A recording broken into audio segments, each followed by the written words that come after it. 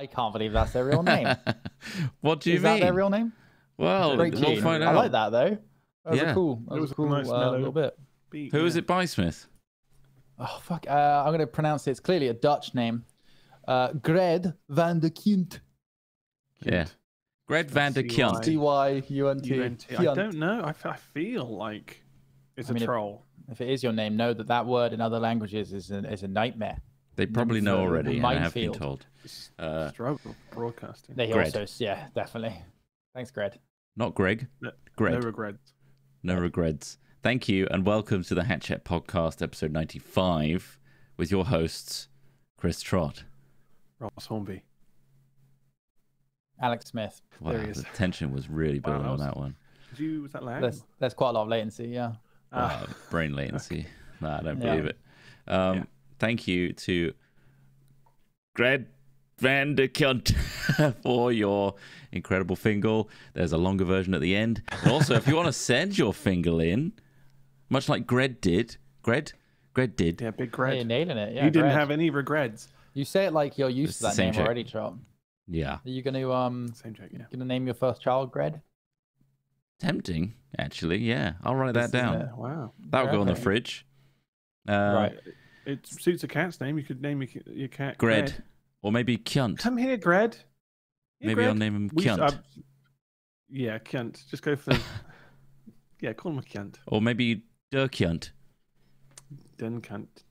Oh, Anyway, shit, yeah, now. send your fingers to our Sorry. email, hatchat@hat-films.com. Please, Yeah. for the love of God, make some music. Thank you. Much Do you think appreciated. people listen to this with children, like in earshot? Let's go, I just kids. said Time to sit around the C word TV. several times. I feel it's an odd thing. I don't think we say that often. Young Kunt. children, quick. Children, listen. Repeat after me. Cunt. Shit. Piss. All of them. Fuck. All of them. All of the All of words. them. Oh my god. If there were kids there, I apologize profusely. I'm a horrible person. I reckon it's personally better to introduce all the harshest words early so they get used to the idea of it. And, What if they start calling their parents like swear words? Do you find that? well, obviously, you'd, A, I'm joking, and B, of course. you'd tell them that it's not a good word. No. and just explain that I you- guess, but like people take understanding that, offense surely to it. telling them not to do something is so much more tempting to do that thing. Don't think of a Um, lion. But have you? I'm thinking of a Think tiger because I got mistaken. That's my brain. King of the jungle. Well, stripes or non-stripes? Shit. Stripes, Oh. not stripes, main, no main. I'm not sure. God. No, but like, have you ever heard a small child say "fuck"? Yeah. It's kind of I used to all the it's time, a really yeah. jarring moment where it's like, whoa, Jesus Christ, that kid. Fuck off! And he said "fuck off," and he called Fuck me a off. cunt. You can. God. And there's nothing you can do in retaliation to that. I'll kick the shit out of Call him you. a cunt as well. Yeah, yeah, you hear it a lot, in fact. Particularly lot? in Bristol.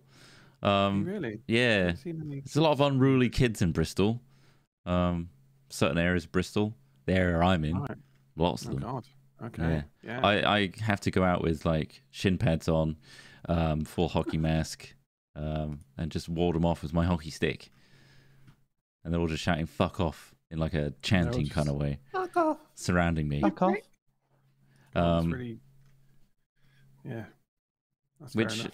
leads me to the first incredible Patreon chosen hypothetical question. Oh really? Is it Thanks, about kids Patreon swearing supporters. and you beating them off with a stick? It's a loose connection, very loose.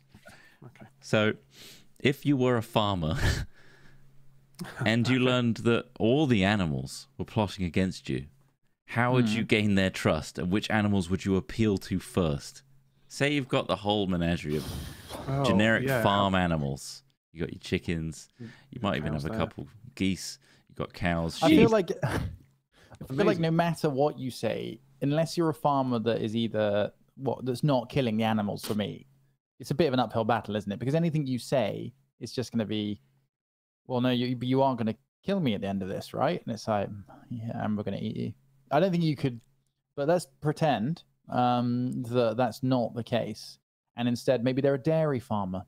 Okay, but they're plotting against you, by the way. So you need to. They're on it. They They're know there building is a up that plot. mutiny. Yeah. There's a plot afoot. But you could stop it, and there are certain animals that might be more They empathetic. cut off all their legs. Wow, Right. that's actually extremely aggressive. So Yeah. they'll just become like useless.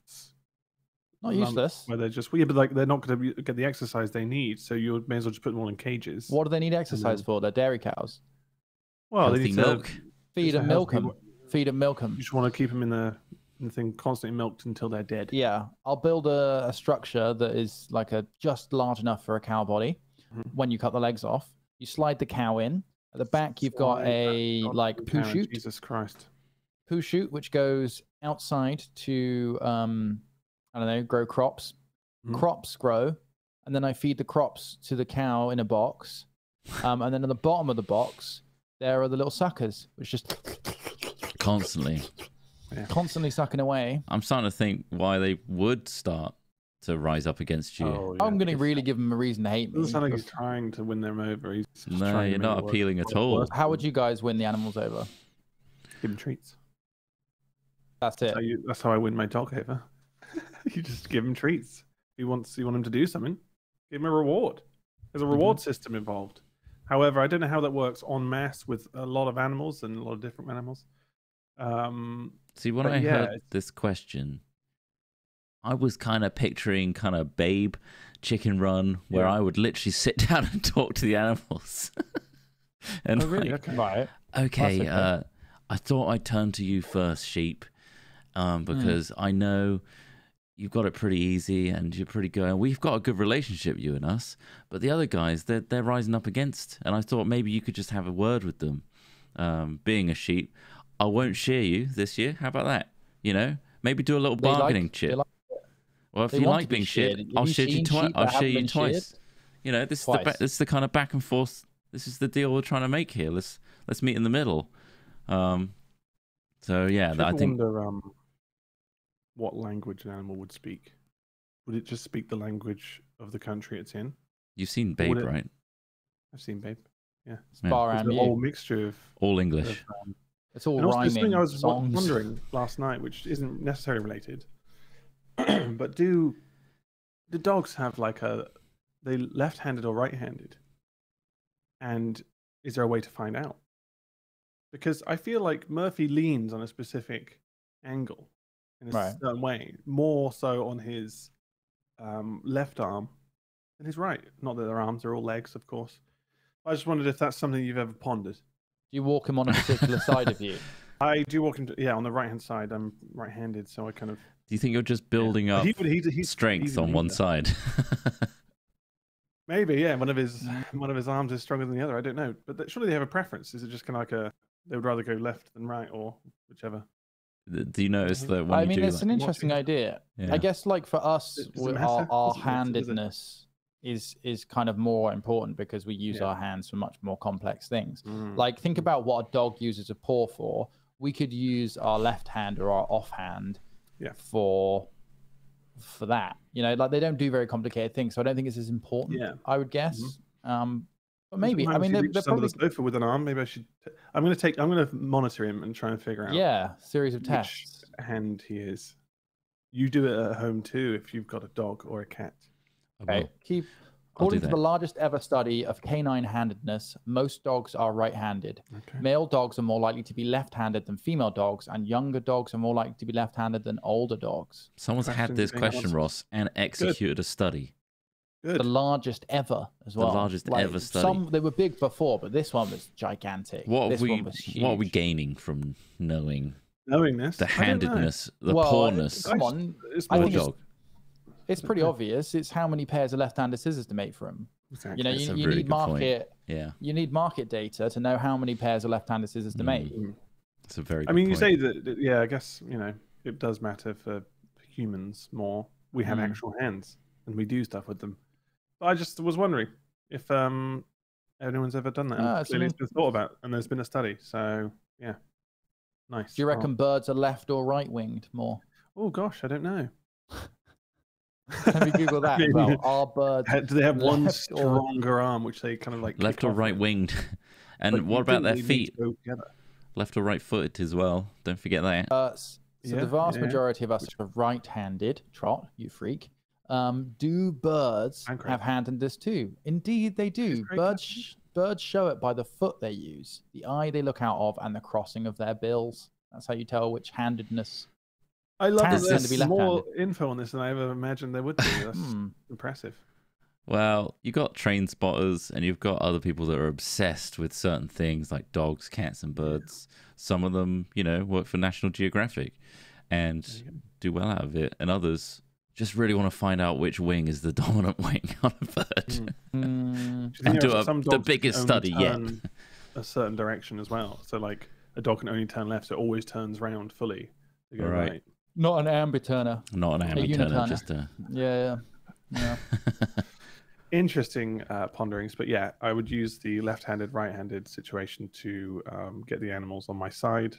I'd try and humanize them in that way. I could talk to them. I just feel like talking to an animal does sometimes feel pointless because if they don't listen, they don't listen. I mean, a herd of animals, you're trying to reason are we presuming that the animals are smart enough to understand what we're saying? Again, if they're smart enough to plot, I hope like you're saying in every language is all I'm saying. If you're gonna every language, go through all the languages. Well, where were they born and raised? That's probably an indication of what language. Go through all of them. This needs to be like an arrival situation. You need to guess how many languages. I see. Guess how many spoken languages there are in 2022. Guess how many human languages there are right now. I'm gonna go say something crazy like, I don't know, 130. Okay. 1,000. Crazy. There's 7,100 spoken languages in the world today. That's fucking so good fucking luck, Ross. How long you got? What am I thinking about? How long have I got? Oh, I'm going to go crazy. That was kind of ambitious. 150. Active languages, 7,000. That's insane. 7,100 languages are spoken in the world today. How many of them? Yeah, I imagine the big continents like Africa would have a lot of like tiny regional languages.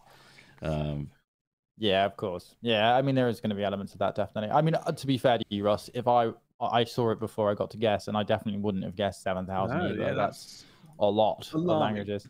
And imagine, I'd love to learn them all, but then again, I don't want to spend the time doing it. I'm guessing Latin's in there or something, like, which again, not dead only spoken in Vatican City. Well, I think Latin is not technically a dead language. Yeah, but it's dead to me because I don't know it. And people probably speak Egyptian, like ancient hieroglyphic style, solely. Speak it. Latin does not have native speakers, which qualifies it as a dead language. Nice. Even though it's used like loads in the church and shit like that. I don't know. People study it, don't they? Yeah. Study Latin. Yeah. And it's the root of a lot of languages. Well, then why would it be dead? Because it's not like actively spoken. Not in its Latin form. Obviously, the evolved forms into like Germanic and that sort of thing are alive today. If you know what languages animals speak, let us know. hatchat@hat-films.com. We want to know. And that's the thing to ask as well. Is like, do dogs, cats, and animals have accents based on where they are? Like, does their woof change? Yeah. So apparently that's a thing. Yeah. That is a thing. Yeah. Well, Murphy's Ukrainian. He's got a Ukrainian father. Has I he? don't remember where his mother came from, but yeah. Amazing. He was picked up his father was picked up in Ukraine. And then they brought him back to breed here. Yeah. Right, okay. So, wow. Yeah. Is he flying a flag? He's pretty upset at the moment. Sorry? Is he flying a flag? Yeah, I should get a little flag and put it on his back. Oh, yeah. Wrap him in it. Get a dog wrap. Yeah? Yeah. A dog wrap, what? Wrap like a car? Like you'd wrap a car. Yeah. Get one of those protective, like tape. Charcoal grey. Like, wow, that dog looks super stylish. But... Holy shit! Look at the rims on that. Bet he doesn't scratch easy. I'll put pretend wheels on the sides of his balls as he walks. Look at that. Hilarious. Yeah, model. Going back to the dog thing very quickly. Yeah. I've just found an article. We're still on the dog thing, Trott. We're talking about wrapping it. Yeah. Yeah, fair enough. So I'm looking at an article here. Does your dog bark with a Boston accent? Is the officially there are 195 countries in the world. If dogs actually can bark in different accents and localisms, we'd have to be bilingual or something. I caught the tail end.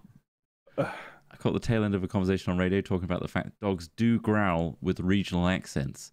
I'm sure non-animal people will laugh at the notion, but Disney was right all along.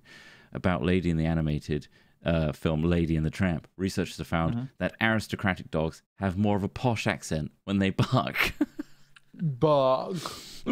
Woof.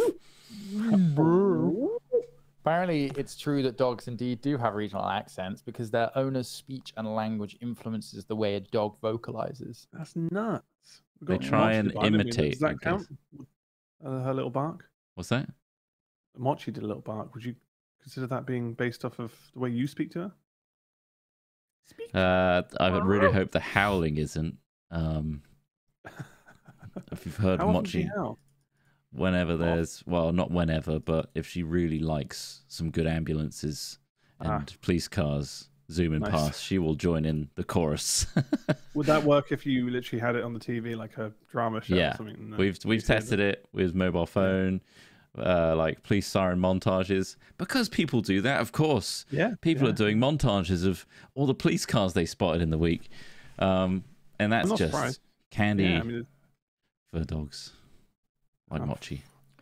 Did she learn the howling from you sounding? I think it's a very similar term. Yeah, a very similar sound for sounding. So yeah, maybe they picked up my accent. But yeah, dogs do have an accent, and even like an aristocratic, like class-based accent. Like if it's posh or if it's more working class, I guess you'd say. So finally, finishing this whole, if animals were plotting against me, how would I gain their trust? Trust-wise, like Ross says, I mean, if we're presuming that just food and shelter and kindness is enough, if they don't, if you're not working on a kill farm, let's call it, let's hope they don't know. Otherwise, if you are working on a kill farm, I feel like at the end of a very busy day, I'm going to feel like Charlie Kelly bashing rats and just be exhausted after killing 300 head of cattle, 500 sheep, and like 60 chickens with a pitchfork. Like, that is going to be exhausting work. Pitchfork, they won't give me access to guns for some reason. So unfortunately, also just like guns are quite a hard way to kill. Shotguns especially, unless you've got slugs, you are not killing anything clean. So was the answer you wouldn't gain their trust? You would just murder them all. You just. I like to think that if they were clever and sentient enough to plot against me, then I need to respect that danger. And at that point, it's like, because I mean, farming on a massive scale, kill farming. I know it's needed because most of us don't raise and kill our own meat anymore. But at the same time, it is ultimately concentrating all of that death and destruction onto a small group of people who, in a way, are kind of the prison wardens of a death camp. Let's be honest. I mean, I support our farmers. I know it doesn't sound like it, but I appreciate that farmers are there because, frankly, everybody else isn't capable or prepared or has the resources and space to make their own food. But yeah, I mean, that's kind of the grim reality of a farm that raises animals for meat. So I think most of the animals are unaware about their impending doom. Yeah, exactly. Unless they go into the barn. Yeah. They peek through the door. They can see what's going on. And then they tell the others. Obviously, they go off to abattoirs usually. I mean, the farmers aren't the one doing the killing. I was hoping for that kind of. I don't know what I expected with this conversation topic, to be honest, but I did expect us all to be instantly engaging with our animals in English dialogue and having a whimsical, empathetic dialogue with which to I'll pick the chickens first so that they can go speak to the sheep, and then the sheep can speak to the ducks. Well, that's lovely. Nice. Yeah. That's really nice. I hope there's a farm where you can do that one day. I doubt it will be a farm for meat. A farm, take a shit loads of LSD, and you can have that experience. You do can have that experience. Well, we need to go. We've got to go to Yo Valley or whatever country park, the one that's near Bristol. It's like 20 minutes away. We're definitely going to do that because it'll be a hilarious video of us just messing around frolicking. You sort it out then. Call them up. Huh? You call them up. Well, we can just turn up. It's an open. Oh, really? You just turn up and pay like a tenner, and you can just go and run around in a pen with pigs. Get like a farmer to give us some talking heads. Well, a lot of farmers don't just keep animals around for people to play with. Believe it or not. I definitely know a farmer that has a dairy herd, but I don't think you're going to find it that interesting. It's giant cows. It'd be nice to have a guide. Otherwise, we're just there, just For frolicking what? with the pigs. I want to know. I mean, trust me, that's good content. Trust me, you haven't seen the pigs yet. Okay, we'll go jump onto a pig farm and see what happens. It's not a pig farm. Again, a pig farm would be a horrible place to visit also because the ground is just churned to mud. But look, I'll take you there one day. It'll be an exciting day out for both of you. Okay. You'll be there wide-eyed and smiling-faced in the back, like, where are we going? And Craig's there, grim-faced with a shotgun in the front seat, like waiting. Like he knows where we're going. And on the way back, we can like hit a pub and get the big like buffet, all the meats, and then come back home again. We should go to a Toby Carvery. We should. It's been so long. I'd like I'll be up for it, lamb, rabbit. One in years. What else do we see today? Got any lizard? Eat free animal. Yeah. You got any pigeon? Pigeon. Farmer's choice. So this other question sounds quite good. Patreon number 2 question. Question number 2. You're the chosen astronaut who has to find a habitable planet to live on. The entire mission is in your control, and technology can almost always fulfill your requests within reason. How and where would you start humanity 2.0? Do you like that question? Well, I do. It's very interesting. And I made that one up. Yeah. So I'm just going to rest on my laurels while you answer this question. Oh, okay. Do you want to start, Ross? So you have to find a planet to live on. The entire mission is in your control, and technology can almost always fulfill your requests within reason. Where do you start humanity? Well, I mean, do you want to be? I guess you don't want to be too far away from your current place so that you can transport people effectively and quickly, right? Isn't that the intent? That's why they're looking at Mars, isn't it? Yeah, partly, yeah. Like the only other habitable planet in our solar system. Probably. But then again, if any technology exists, surely you can just, use light speed. Well, let's presume that you've got like wormhole technology or something like that, right? So that you can traverse space-time using an Einstein-Rosenberg bridge, is what they called them? Yeah. Let's just also assume not Rosen. that Earth as we know it is gone. There's no going back to that. Yeah. We're all on ships now. And you can go anywhere you want, though. And the technology we do have is incredible. And we can start life basically anywhere if you want. It's just kind of like your pick and choice, really. What would be fun? I guess you just want to find a planet with loads of giant humanoid people. To contend giant, with? like an Amazonian. Giants, so that when they're already farming and doing all that stuff, you're so small that you make such little impact on the environment. How tall is it around you? How tall are they? Oh, I would say at least 30 foot. Oh my god, hell. That's insanely tall. So you go to a planet where you're tiny people. Less than a third. And they just we're kind of cutesy little. I mean, I imagine in reality they would imprison us and treat us like domestic pets. Yeah, have you seen Jack and the Giant Beanstalk? No, I haven't. Is that a similar plot? Is it? It doesn't go well. Ah, shit. Okay. I guess you don't really want to go to a planet where you could be dominated and or crushed by an extremely large predator. So that's out of the window. So there's a really great series of books that I'm reading called Expeditionary Force, and it's a really fun book. It's not that serious. It's a really fun series of books where it's about so human beings.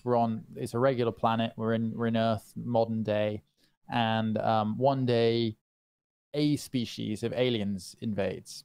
Okay, I don't want to spoil too much, but basically it turns out humanity's like, oh shit, there are all of these different kinds of aliens, and they're not all weird. There are lots of different kinds. There's like giant hamster people, there are giant lizard people, there are your standard, like somewhere between a small gray alien mixed with a cyborg.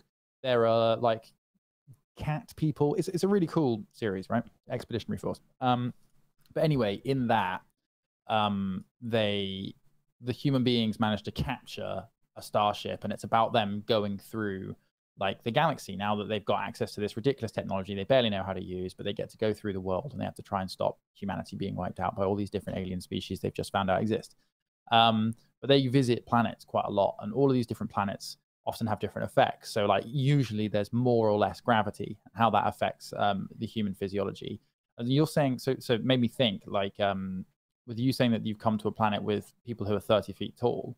Now, the other time that happened on Earth, where things were really, really big, was during the dinosaur periods, let's call it, the Triassic, Jurassic, all that sort of stuff. And one of the reasons they were so big is because CO2 was much more abundant in the air back then.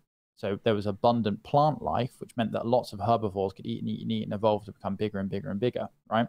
So I would also probably say that it would help to have slightly reduced gravity if you were going to create a race of 30 feet tall people. So you've landed on a slightly lower gravity, high CO2 environment, right? So the air, you can still breathe it, but it's probably not as fun as regular oxygen CO2 mix. And there are lower gravity, which might feel nice for a while, but it's actually not particularly good for your circulatory system. So after a while, Ross, you start becoming like an old, decrepit pug, because you're not can't really... wear a space suit. You can wear a spacesuit for your entire life if you like, but do you see that happening? Well, I see that being a necessity. Otherwise, I'm going to become what an you old just decrepit described pug. as an old decrepit pug. Yeah. So I want to be a pug. Yeah. Okay. So you're going to be a space pug. A space pug. Okay. Yeah. Sure. Would you go? So you start humanity breathing 2.0, and every single human has to live their life in a spacesuit. So you go back and tell people this, and you're like, guys, I found this planet. Huge people. We all have to wear these suits all the time. And they're like, fucking hell, astronaut that. Ross, that's a bit shit. Yeah. And then I turn to astronauts Trott and say, well, what did you find? What did you find, Trott? Oh, I didn't actually think of an answer to this question, so I'll think of something very fast. I'd like to... That's generally what we're doing. Yeah.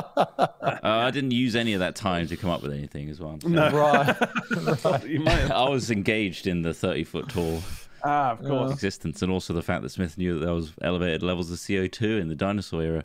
That's correct. 2,000 to 4,000, I think, ppm, something like that. Oh, parts per million. Nice. Yeah. Which is insane. And also, I think... Were you there? Were you there? The Cretaceous... Yeah, I was there. That's why my neck's so long. I'm part Diplodocus. Yeah. Oh, okay. Nice. Yeah. Is it the Cretaceous Your dick's so long, right? period? You're a Diplodocus. Diplodocus, yeah. Yeah. Used to have feathers. Very much prey, though, not predator. You're prey. They love it. It's delicious. I would go for the idea... I love the idea, right, of a gas giant. Oh, God. Which we don't have in our solar system, so it'd be quite a novelty. That would be a complete novelty. Never heard of them. You go all Wait, the way I thought through the Venus middle. was a gas giant. Yeah. No, wait, that was disproven, wasn't it? It was disproven. It's actually like an M&M. It's got a hard outer shell and kind of a soft, squidgy inner bit. But anyway. It tastes like them too. Indeed. So I'd have a gas giant. Oh, sorry, I thought M&Ms were Mars. Oh, it's really good. Gas giant.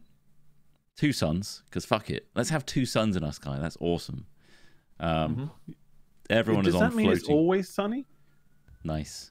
No, they'd be quite close to each other. Is it? That's a real question. Well, this solar system, right, has 2 stars that are so close to each other they are orbiting each other, and we're orbiting around that.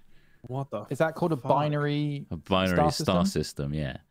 Yeah. Which means our days are going to be fucking insane.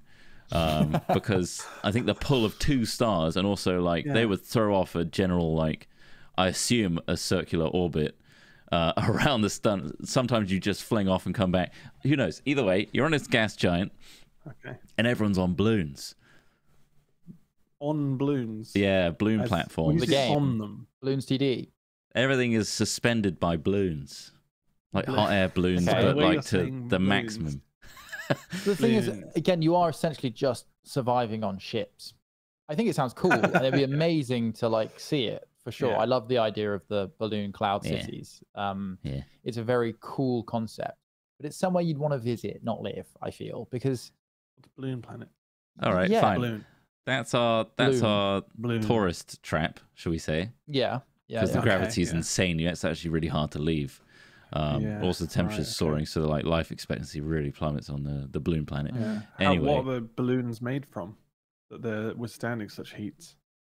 Uh, 'Cause when you those, put a balloon near a light bulb, it will pop. Probs. they're made out of.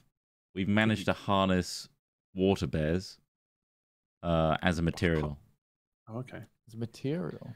You Have just we like, managed to scale them you up can though, just because yeah, I what think happens we managed to pump them full of growth hormones or whatever, and we can turn them into balloons, like inflate them because they can okay. withstand anything. Yeah. That'll This is literally a Star Trek Discovery plotline, by the way. Oh, is it really? What they made tardigrades big? Giant tardigrade. Yeah. I shit you not. It was. No way. I think I just saw Google that it. episode. Maybe But it was like It's not a trapped bad in a episode. ship, right? Yeah. They like trap it and then scale it up, and in between there's some terrible acting. And then I think it's at this point they go, should we really Star Trek Picard and bore the shit out of everyone? And they're like, that's a great idea. He holds no resentment for the new Star Trek. None of them. Yeah, okay, so I'd like to also just Dyson sphere up the binary star system because I think everyone's seen a Dyson sphere, right?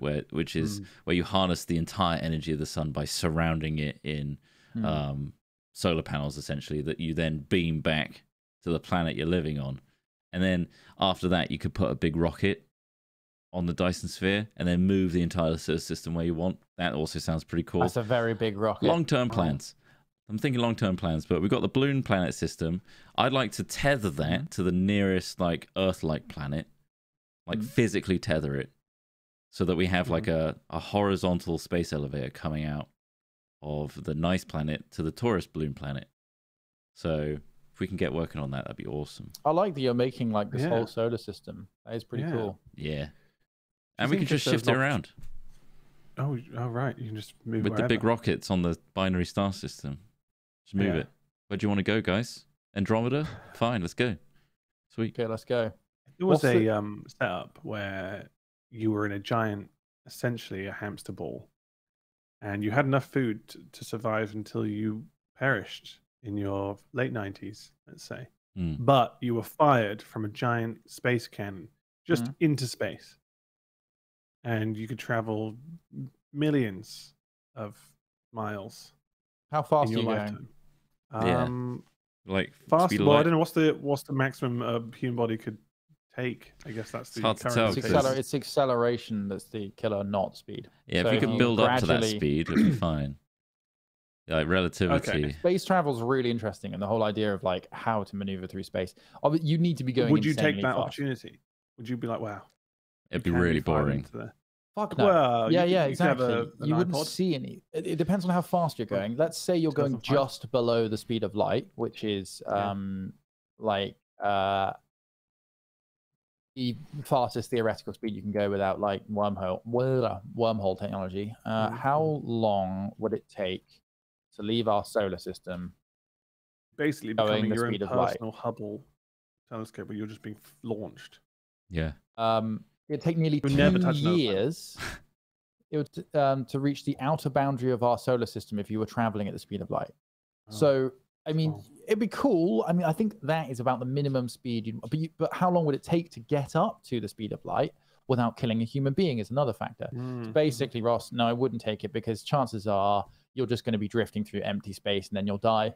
Also, I'm thinking like it'd be quite the horrible experience. Yeah. I mean, you would have the overwhelming blackness of nothing. Yeah. For an extreme long period of time. Probably. I don't think it'd be black because you'd have the light of the sun. Well, you see stars, sure. You'd have the light of the sun as well. Yeah.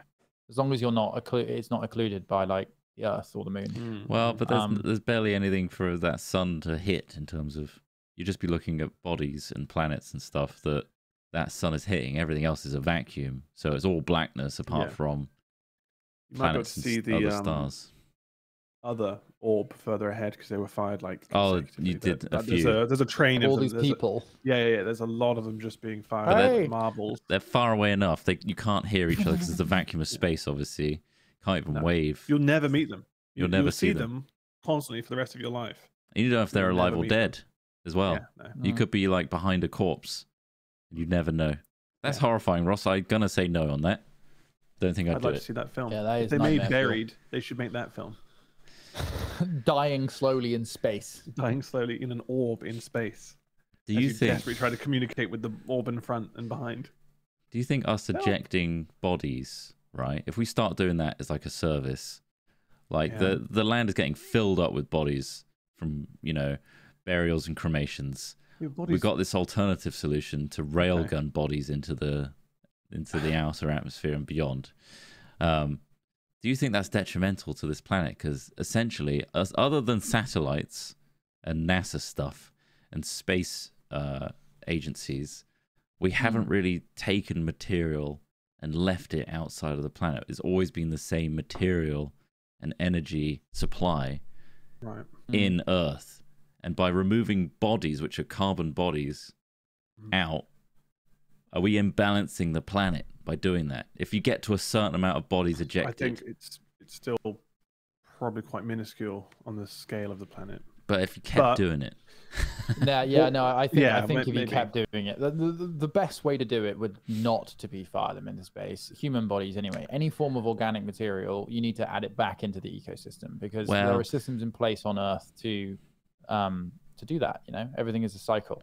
But if it's something that's like truly fucked, like nuclear waste, that we have no chance of restoring back to a usable substance in our lifetimes, Sky elevator, that's what you need, a skylift. fire it into space. Why the hell not? Or we have a piping system, which is like a skylift, which just takes all the CO2 and blasts it outside of the ozone layer. A space elevator. Yeah, Right. I think what we're kind of That's what we getting at need. here is we all want a space elevator because that'd be cool. Imagine just like being able to go somewhere. We've seen like the London Eye and other wonders of the world, really tall things.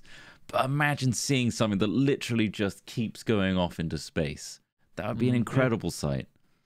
The engineering behind it is pretty ridiculous, though. Like, as in, holy crap! Like, even the tallest structure we've ever made is nowhere near what it needs to be. But that's what's so great about Foundation. How cool was it to see the space elevator and Foundation, Ross? Like, that was cool. I've seen. Yeah, it's and then to see it as well. Okay. Yeah, well, then to see the things that happen, it's like yeah, that is a huge risk. That would be the most valuable thing on Earth. At the time. Yeah, that would be nuts. But yeah, they are cool. I mean, it would be a big leap in humankind to build something like that. And that would be Was that purposeful? Awesome. Humankind. It's not a sci-fi game. No, a leap. Because obviously you're going really far up. Oh, nice. No, it wasn't. I'm just an idiot. Could they create a railgun that basically just fires you in a pod again? You're in a pod. Ross, same problem. Acceleration. Yeah, you die just instantly. It's same problem. All right, G-forces. What if you're sealed inside a kind of kryptonite style? Not kryptonite. What's the one which Han Solo gets sealed in? Carbonite. Carbonite. That's one. You get sealed in there, and then you get shot up. No, inside your internal organs are just mush. There's no way to do it unless you freeze a person solid. Fine. You could freeze a person solid if we knew how to revive someone. The problem with freezing people is the water expands when it's frozen, so it destroys all of the vessels and cells inside your body because of that as well. Yeah, it's really complicated, Ross. It is hard. We shouldn't do it ourselves. We do need our best and brightest minds, though, on this. So I'm glad we went over it. Because I might have a solution. I think I just found a solution to all this. What is it? We slowly convert our bodies through augmentation. We're like trying to cyborg ourselves with Neuralink and all that.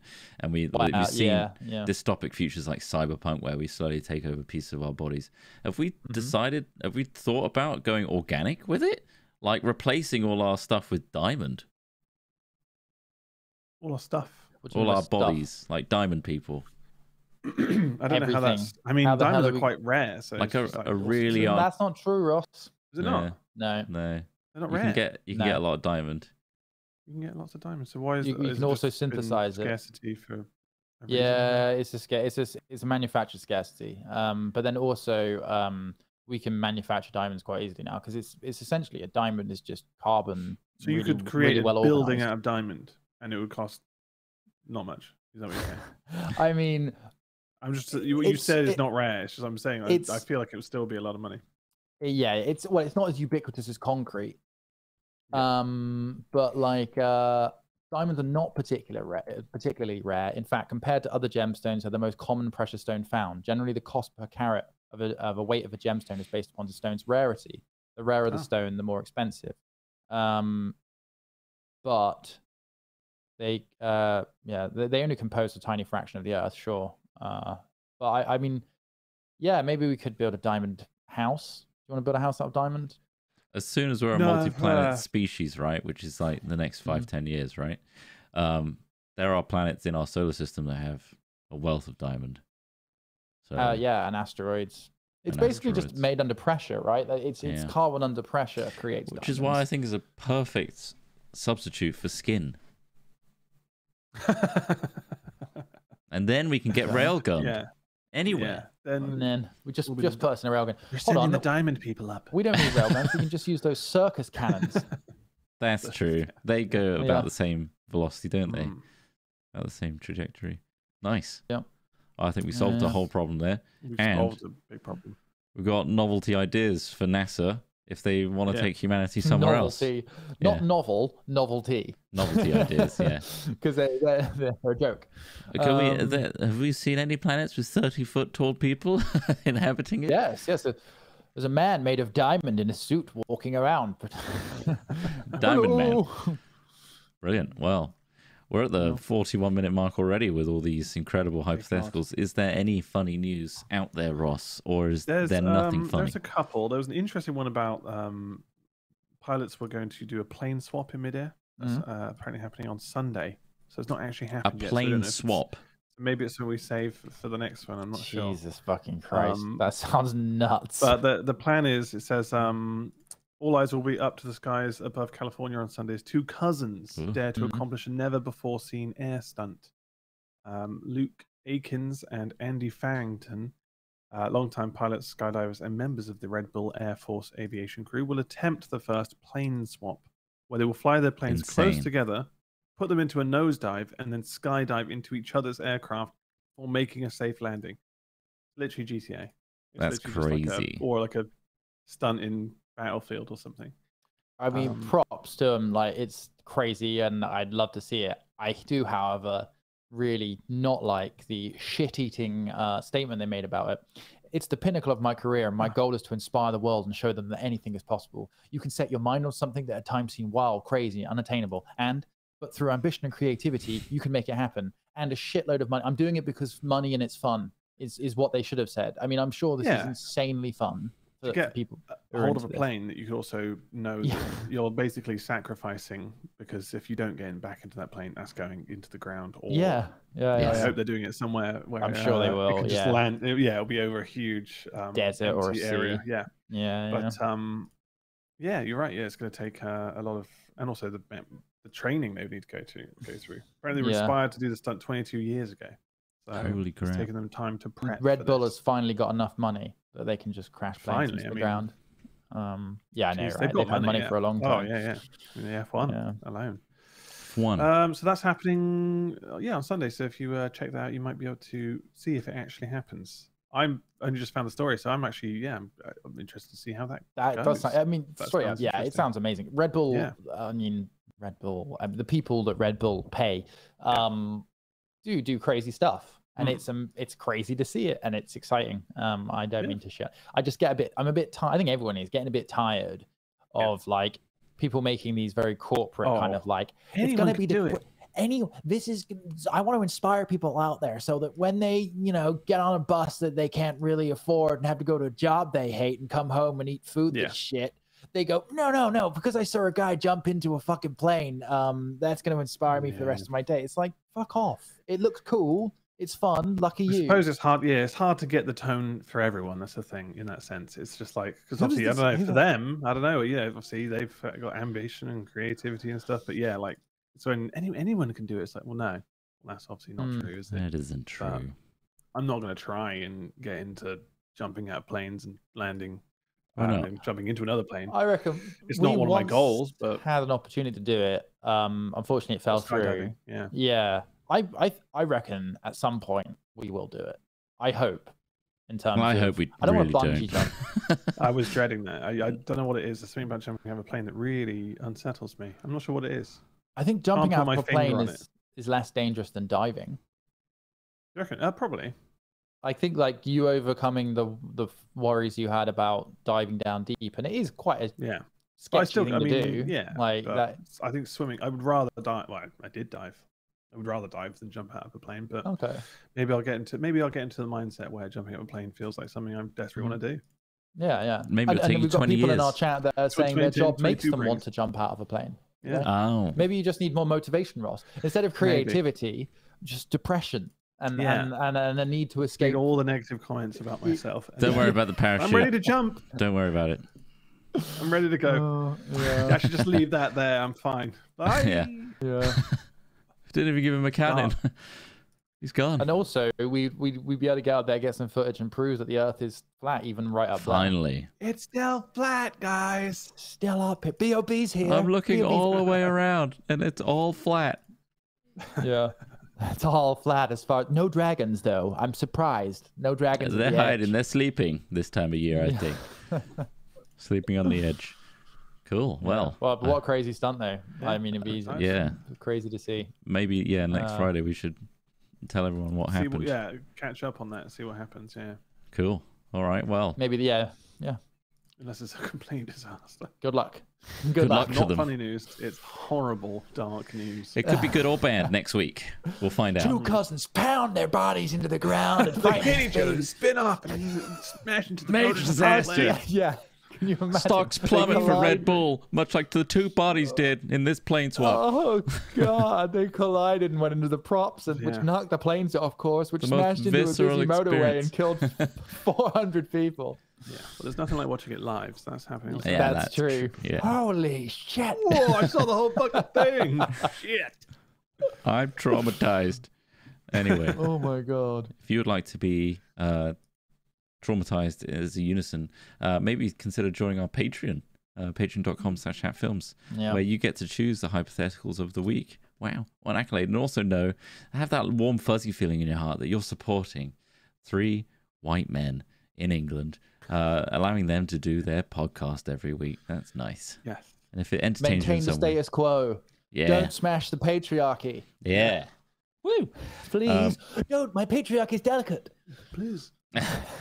If you're also musically inclined, I'd very much like to hear your fingals. Please send them into our email address, hatchat@hat-films.com, so that we can feature them, much like Gred was featured in this one. It's a longer version at the end as well. So enjoy that. And we'll see you all next week. Have a great time at LARP, Alex Smith. Tell us all about it next week. I will. Excellent. All right. Goodbye, everybody. Bye. Bye.